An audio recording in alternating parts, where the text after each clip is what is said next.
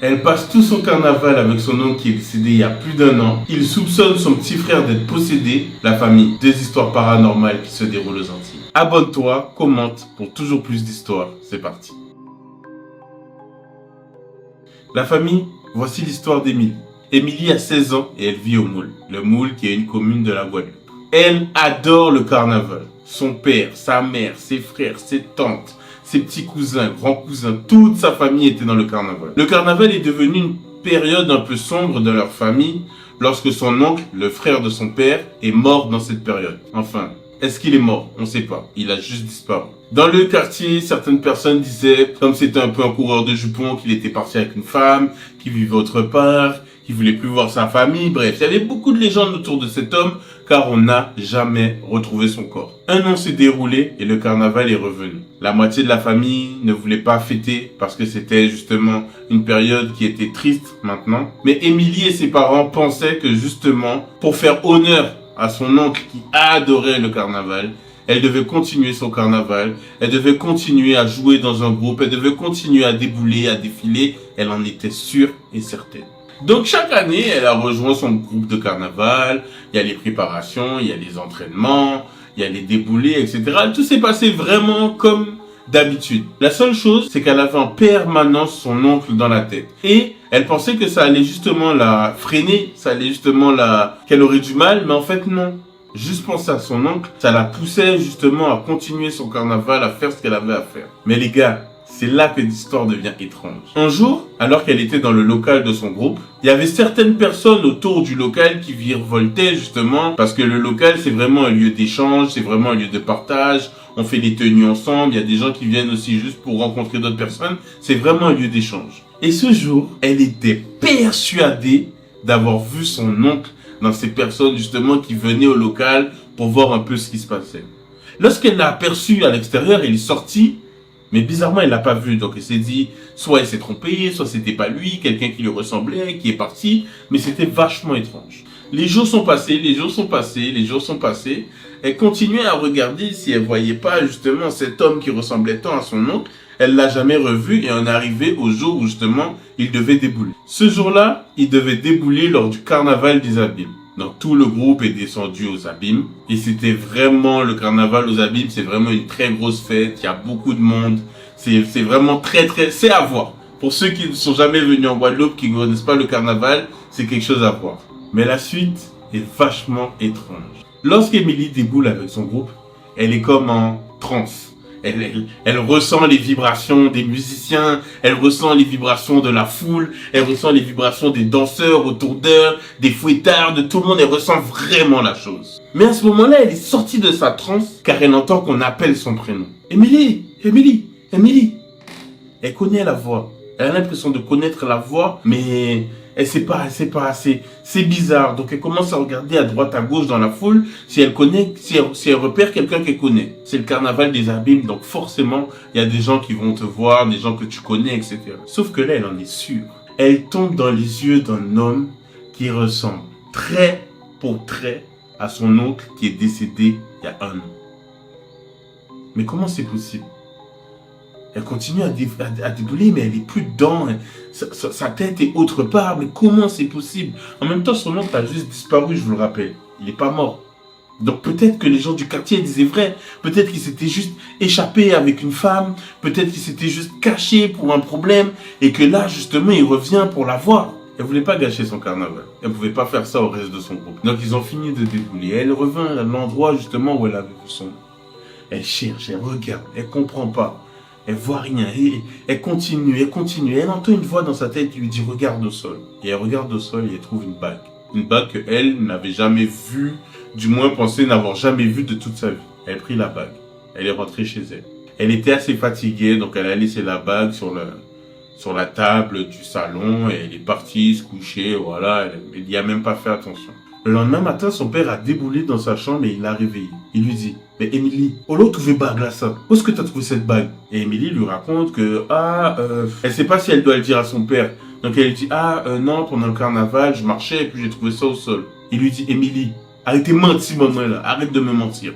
Où est-ce que tu as trouvé cette bague ?» Et elle finit par lui dire la vérité. Elle finit par lui dire à son père justement qu'au local, à un moment, elle a vu un homme qui ressemblait à son oncle qui était venu, et que quand elle a déboulé au carnaval, elle a vu cet homme qui pour elle était son oncle, qui a disparu, et quand elle est revenue sur les lieux où elle avait vu son oncle, elle a trouvé cette bague. Et là, le père, il secoue la tête, il comprend pas, Émilie qui comprend pas, elle lui dit, ouais, mais papa, c'est quoi cette bague? Et là, son père lui montre sa main, et il avait une bague extrêmement similaire à celle qu'Émilie avait trouvée. Et le père lui a dit, ouais, bague là, ça, son bague grand-mère, on nous, bon, nous, les nous, t'es petits, son bague a protégé nous, son bague a porté nous chance. Donc, à pas n'importe qui monde qui peut ni bague là, ça. En gros, il lui dit que oui, c'est une bague que la grand-mère leur avait donnée à tous les enfants, justement, que c'était une bague qui est censée les protéger, leur porter de la chance, et que c'est pas n'importe qui pouvait avoir cette bague. Donc Émilie n'a pas compris, le père était perdu, et le père, qui lui ne venait pas forcément au carnaval, etc. cette année-là, qui avait un peu de mal, avait décidé de venir les prochaines fois. Donc une semaine est passée, 2 semaines est passée, ils ont essayé de faire le plus d'endroits possible, etc. et rien du tout. Jusqu'au jour où Émilie avait décidé que justement ça allait être la dernière fois qu'elle allait débouler parce que cette histoire la touchait trop. L'histoire avec son oncle la touchait beaucoup trop. Donc ils se sont préparés, ils ont fait ce qu'ils avaient à faire et ils sont partis débouler. Le père, comme d'habitude, depuis qu'elle lui avait raconté tout ça, est venu. Émilie est en train de débouler. Comme d'habitude, elle a un peu la tête perdue, regarde à droite, à gauche, et là elle voit son père. Et à côté de son père, elle voit son oncle. Qu'est-ce qui se passe, tu vois? Et là, ni une ni deux, elle est sortie directement vers son père. Elle est sortie du groupe, elle est allée directement vers son père pour essayer de voir ce qui allait se passer. Mais au moment où elle arrive à côté de son père, elle voit plus son oncle, elle voit que son père. Et au moment où elle arrive à côté de son père, elle lui dit, mais papa, il était à côté de toi, il était juste à côté de toi. Et son père lui a répondu, j'ai vu personne. Après il m'a dit, bah, je vais pas te mentir, j'ai vu personne. Mais je te jure que je l'ai senti. Et le père a dit à sa fille qu'il avait senti l'aura, je ne sais pas comment vous expliquer ça, je ne sais pas comment vous dire, l'énergie, justement, de son frère à côté de lui. Depuis ce jour, ils n'ont plus jamais revu l'oncle, ils n'ont plus jamais revu d'image de l'oncle, etc. Mais, depuis ce jour, ils ont toujours continué à aller au carnaval, même si c'était dur, même s'ils ne pouvaient pas forcément. Ils ont toujours fait le nécessaire pour y aller, justement en honneur à cet oncle. Qu'est-ce que vous pensez de cette histoire? Moi, je trouve que c'est quand même une belle histoire. Je pense que l'oncle est venu dire au revoir à sa famille. Je pense qu'il est juste venu dire au revoir à sa famille. Quand elle m'a raconté l'histoire au début, je me suis dit, ah, peut-être que l'oncle est revenu, mais le fait qu'elle le voit à côté du père et que elle, quand elle arrive, elle le voit plus, etc., et que le père dit, oui, j'ai senti son énergie, je pense que le père était juste venu dire au revoir à son frère, à sa nièce, à sa famille. Et ça me rappelle une histoire qui est arrivée à ma mère, je vous raconte rapidement. Ma mère, en fait, quand son père est décédé, en fait, au moment où l'histoire se passe, il n'est pas encore mort. Et en fait, ils avaient commencé à vider sa grande maison parce qu'il était vraiment mourant et de toute façon, il ne serait pas retourné dans cette maison, il allait autre part. Donc ma mère et son frère étaient justement partis pour commencer à ranger ses affaires, dépoussiérer la maison et tout, parce que ça faisait longtemps qu'il était à l'hôpital. Et en fait, ils sont en train de ranger les trucs, chacun de leur côté, et là, toutes les lumières s'arrêtent. D'un seul coup, tout s'arrête. Et ma mère pense que c'est son frère qui lui fait de blague, donc elle crie dans la maison, ouais, arrête tes conneries, rallume la lumière. Et le frère, il dit, ouais, mais moi, je suis dans la salle de bain, comment tu veux que j'arrive à éteindre les lumières de toute la maison? Et toutes les lumières se rallument d'un seul coup. Et peut-être quelques secondes après que les lumières se soient rallumées, le téléphone de ma mère sonne. Ma mère prend son téléphone, et quand elle décroche le téléphone, on lui apprend, justement, que son père est mort. Donc ma mère pense que vraiment, c'est son père qui est venu leur dire au revoir, un dernier au revoir avant de partir. Dites-moi ce que vous avez pensé de cette histoire. On passe tout de suite à la deuxième histoire à la famille. N'oubliez pas de lâcher votre petit like si vous aimez ce genre d'histoire. Abonnez-vous, commentez. Et on passe tout de suite à la seconde histoire. C'est parti, let's go. Dans mes recherches pour mon livre ou pour un autre projet qui arrive très très bientôt, je ne peux pas encore vous en parler, je vais voir des personnes âgées, je vais voir des personnes qui ont des histoires à me raconter. Maurice me raconte son histoire.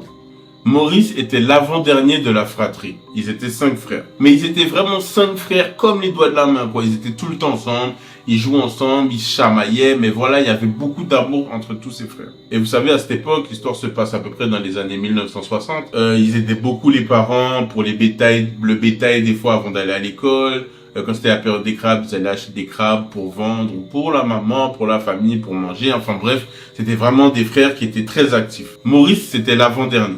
Et comme dans beaucoup de familles, le plus petit, qu'on va appeler François, c'était le chouchou des parents. Donc c'est lui souvent qui avait des petites friandises, qui avait des petits trucs. Ses frères le chamaillaient par rapport à ça, mais sans grande méchanceté. Les enfants adoraient aller chez leur grand-mère pour que leur grand-mère leur raconte justement ce genre d'histoires. Les histoires que moi je vous raconte.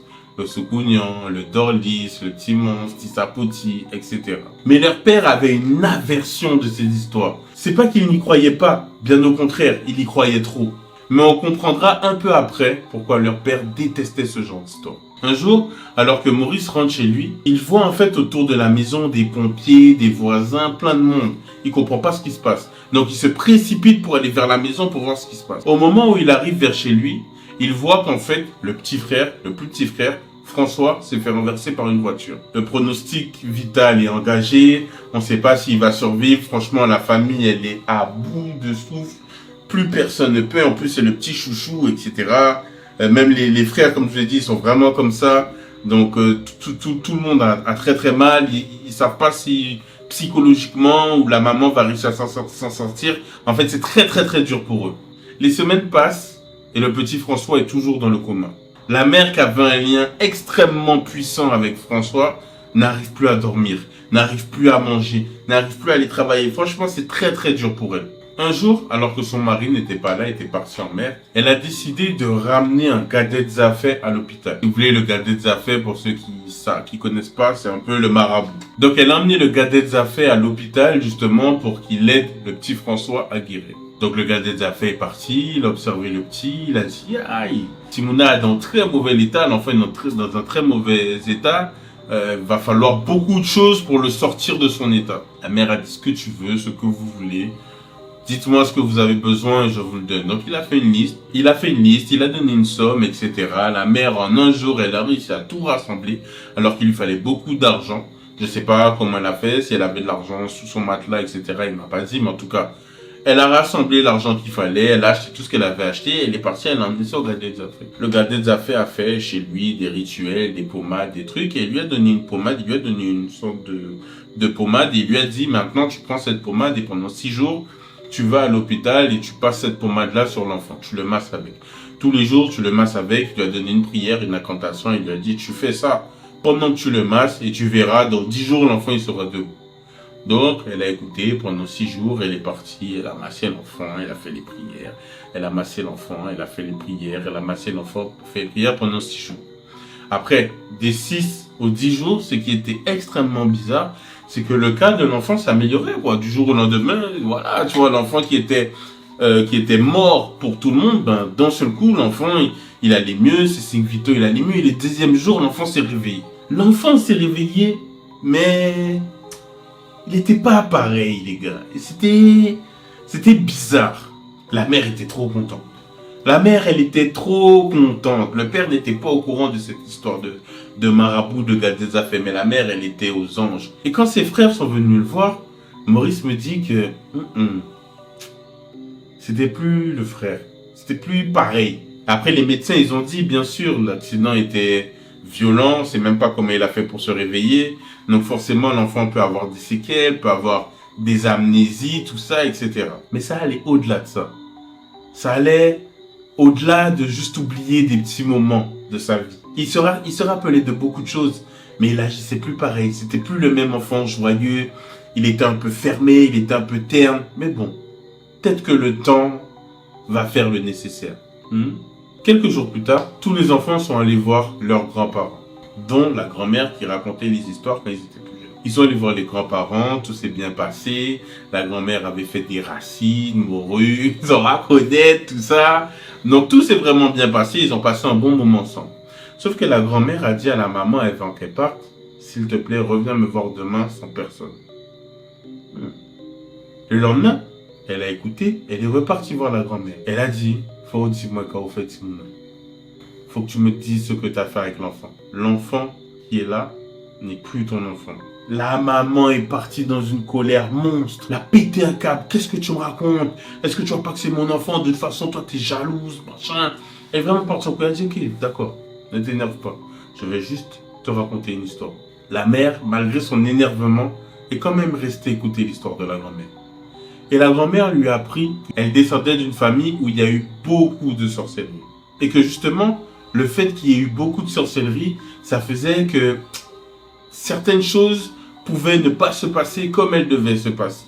Et que la grand-mère, elle a voulu casser ce cycle. C'est pour ça qu'elle faisait pas de sorcellerie. Et que justement, elle devait se méfier quand elle faisait des choses comme ça. Et la mère lui dit, mais c'est pas de la sorcellerie. Je suis juste allé voir un marabout. Ça, c'est des pommades de chez nous. Et elle lui dit, oui, c'est vrai. C'est vrai que c'est pas forcément du mal. Mais il faut savoir qu'il y a des marabouts qui sont mauvais, en fait. Qui peuvent te donner ce que tu veux, mais pas forcément comme tu le veux. La mère ne voulait rien entendre et elle est partie. La grand-mère lui a dit avant qu'elle parte, ok, mais en tout cas, moi, je t'aurais prévenu. Les jours sont passés, les jours sont passés, les jours sont passés. Et les 4 frères trouvaient quand même François bizarre, mais bon, ils se sont un peu habitués. Un soir, alors que Maurice se réveille dans la nuit, il entend des bruits devant la maison. Donc il se lève et part à la fenêtre pour aller regarder. Tout doucement, il ouvre les persiennes et il regarde à l'extérieur. Et à l'extérieur, il voit François qui est assis à même le sol et qui parle avec quelqu'un. Mais il parle avec la personne, mais il n'y a personne autour de lui, quoi. Il parle avec quelque chose. Maurice fait pas plus attention que ça. Il met ça sur le fait que son frère soit maintenant fou. Pour lui, il était juste fou. Que le coup qu'il avait pris avait cassé sa tête. Enfin bref, il n'a pas fait attention. Mais petit à petit, il y avait de plus en plus de trucs bizarres qui se passaient. Des choses qui disparaissaient. Des ombres qui apparaissaient dans la maison. Le petit frère, un jour Maurice me raconte qu'il se réveille et qu'il voit son petit frère qui est au-dessus de lui comme ça, qui le regarde. Donc vraiment des trucs de malade, quoi. Jusqu'au jour où c'est vraiment parti en couille. Ce jour-là, Maurice pense que toute la nuit, ce que la grand-mère avait dit à la mère l'a travaillé. Toute la nuit. Parce qu'il a entendu sa mère faire les 400 pas dans toute la maison. Donc le lendemain, quand ils se sont réveillés, c'était un dimanche, la mère a dit, bon écoutez, tout le monde s'habille, aujourd'hui on va à l'église. Et François, qui d'habitude n'avait rien contre aller à l'église, était catégorique, il ne mettrait pas les pieds là-bas. Pourquoi? C'est chelou, hein? Mais bon, vous connaissez les parents entiers, en vrai, quand tu dis de faire quelque chose, t'as pas le choix, tu dois le faire. Donc il a suivi la famille, ils sont allés. Dans la voiture, il pleurait, il voulait pas y aller. Au moment de descendre de la voiture, ça a été toute une histoire pour le faire descendre de la voiture. Malgré que le père qui le grondait, qui faisait les gros yeux, la mère qui le suppliait d'y aller, non, le gars il se débattait, c'était compliqué. Et là, les 4 frères l'ont chopé, ils l'ont commencé à l'emmener vers l'église. Et Maurice me dit, malheureusement les parents n'étaient pas là pour vraiment entendre, ils étaient un peu plus devant. Maurice me dit qu'au moment où ils allaient le faire rentrer dans l'église, ils ont entendu leur frère qui a parlé, mais avec une autre voix. Et en gros, il leur a dit, c'était en créole, en gros, il leur a dit, gay ça. S'ils ont fait me rentrer là, ils ont pris. Mais il leur a dit ça, ce qui veut dire, si vous me faites rentrer là dans l'église, vous êtes pris, vous êtes mort, quoi. Donc d'un seul coup, ça les a fait sauter parce qu'il a vraiment fait ça avec une voix différente. Ça les a fait sauter, ils l'ont lâché, il est parti à une vitesse incroyable et il a disparu dans la ville. Donc ils ont commencé les recherches, ils ont commencé à chercher, ils n'ont trouvé que le lendemain. Le lendemain, qui errait, ils sont allés parler avec lui, il pleurait, désolé, j'ai pas voulu faire ça et tout, etc. Mais là, la mère en était persuadée, l'enfant était possédé. La suite, Maurice ne l'a pas vraiment vécu, parce que c'est un moment de l'histoire qu'ils ont vraiment caché aux enfants et qu'ils ont su que très tard. Donc là, je vais vous raconter ce que la mère de Maurice lui a raconté. En gros, avec la grand-mère, donc la mère et la grand-mère, ils sont partis faire des rituels justement pour désenvoûter l'enfant. Donc il y a eu énormément de choses, d'endroits où emmener. La mère leur a raconté ça sur son lit de mort. Donc la mère qui leur racontait que l'enfant changeait de voix, se débattait, avait une force incroyable, parlait des langues qu'il n'avait jamais appris. Elle vivait vraiment quelque chose qu'elle pensait jamais vivre, quoi. Ils sont repartis voir le gars des affaires qui a fait ça, qui lui a dit que non, il a jamais rien fait de mauvais, mais bon, c'était vraiment très bizarre. Et à force de se battre justement contre les entités qui étaient à l'intérieur de l'enfant, puisqu'apparemment il y en avait plusieurs, ils ont réussi à les faire sortir. De par des prières, de par des envoûtements. Sincèrement, lui-même ne sait pas exactement ce qu'ils ont fait sur l'enfant. Mais par contre, ce que lui, il a remarqué, c'est que du jour au lendemain, son frère est devenu fou. Mais quand je vous dis fou, c'est un peu ce qu'on appelle les paros ici. Il a plus d'objectif, il parle plus correctement, il déambule dans les rues, il parle à peine, il mange, il se bave sur lui, voilà. C'est comme si vraiment son âme avait été brisée et qu'on a récupéré qu'une loque, quoi. Et jusqu'à aujourd'hui, il est toujours vivant, ce frère-là. Et jusqu'à aujourd'hui, c'est une personne, on dirait, son frère, hein, c'est Maurice qui me dit ça fait très mal. Maurice qui me dit que voilà, quand il regarde son frère dans les yeux, il a l'impression de voir une entité sans âme, quoi. Donc c'est très, très, très dur. Même en me racontant ça, je sentais que Maurice était vachement touché. Dites-moi ce que vous pensez de cette histoire. Je sais que ça ressemble un peu aux histoires qu'on peut voir dans les films ou dans les livres, mais ces histoires sont basées sur quoi, en vrai? Ça peut être des fois être basé sur des histoires vraies, sur des choses qui se sont vraiment passées. J'ai eu plusieurs témoignages de possession. Si vous voulez que je raconte d'autres histoires, n'hésitez pas. D'ailleurs, si vous avez regardé cette vidéo jusqu'ici, mettez en commentaire Maurice. Comme ça, je sais que la vraie team qui a regardé la vidéo jusqu'à la fin aura mis Maurice en commentaire. Je vous rappelle de vous abonner, commenter, liker pour me donner de la force, pour que j'ai vraiment la force et l'envie de faire beaucoup plus de concepts et de vidéos. J'avais une petite surprise sur vous. Je me lance sur Twitch. Et les gars, j'ai trouvé des choses à regarder, sur lesquelles réagir sur Twitch. Ça va être juste incroyable. On reste un peu dans le milieu de l'horreur, du paranormal. Bon, des fois, on va regarder des petits trucs juste pour s'amuser. Mais principalement, on sera sur de l'horreur et du paranormal. On se retrouve dès vendredi, en vrai, pour une nouvelle vidéo. La famille, j'ai pris du plaisir à faire cette vidéo. J'espère que vous avez pris du plaisir à la regarder. Et on se retrouve très bientôt pour une nouvelle vidéo. C'était Ayman.